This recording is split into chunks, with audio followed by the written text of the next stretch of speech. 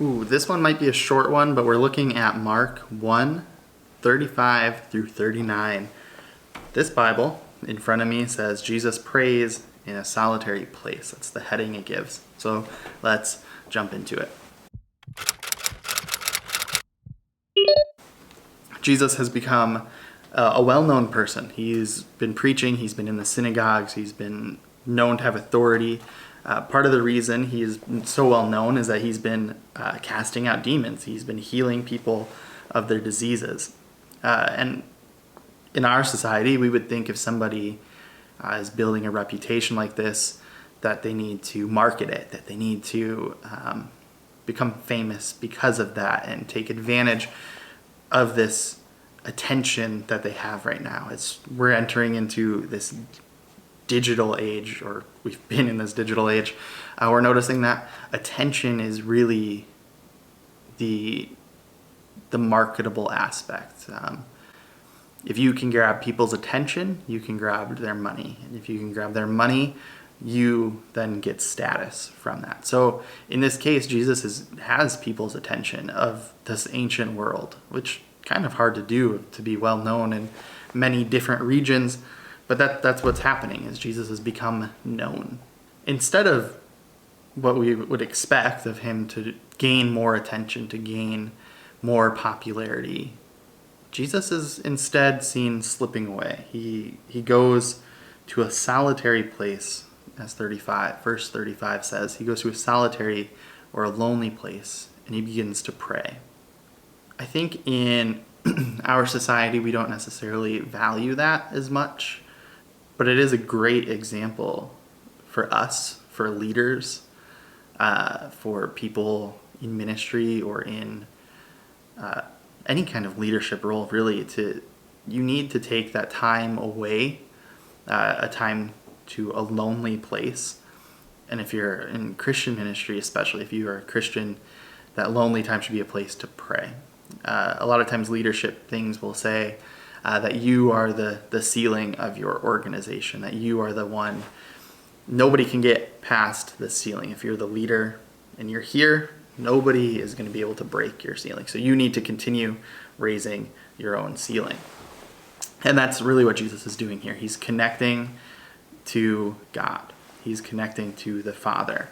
And he's doing that so that he can raise the ceiling, so that he can continue to be connected to the life source. The disciples, though, that are following him at this point think it's a mistake, that he's losing the traction, that he's losing the opportunity that this publicity has brought him. But Jesus, he refuses to be sought out as a simple miracle worker, as somebody who's simply healing people. He wants to be known as the Savior, to be known as the thing that he came to do. And so how does he achieve this? He preaches the good news. He preaches the gospel. And Jesus is committed himself to doing that in not just this one central location, but among the other nearby villages. So he takes the disciples, they go on this kind of tour. They stop at all the other synagogues of these heavily populated area, and they preach the gospel. Jesus drives out demons and he heals the sick, but that's not the main purpose for what he's doing. He's preaching the word.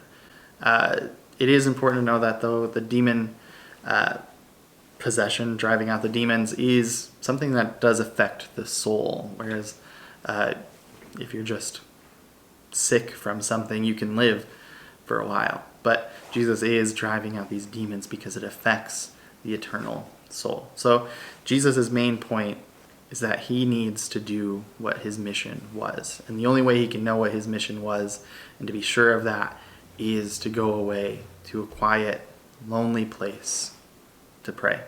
I do want to note here, though, that loneliness doesn't have to be a lonely thing, right?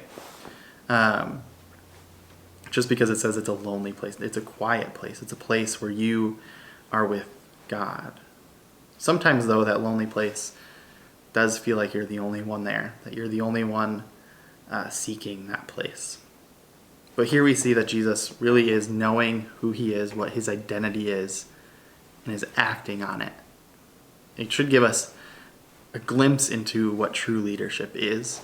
I really don't necessarily like when people go to the Bible for leadership lessons, but this is a great one of knowing your calling, being able to find your calling, and sticking to it, even if that means risking publicity and social status for a time. But that's what I got in this one. Maybe it wasn't as short as I thought it was going to be, but I will see you in the next one.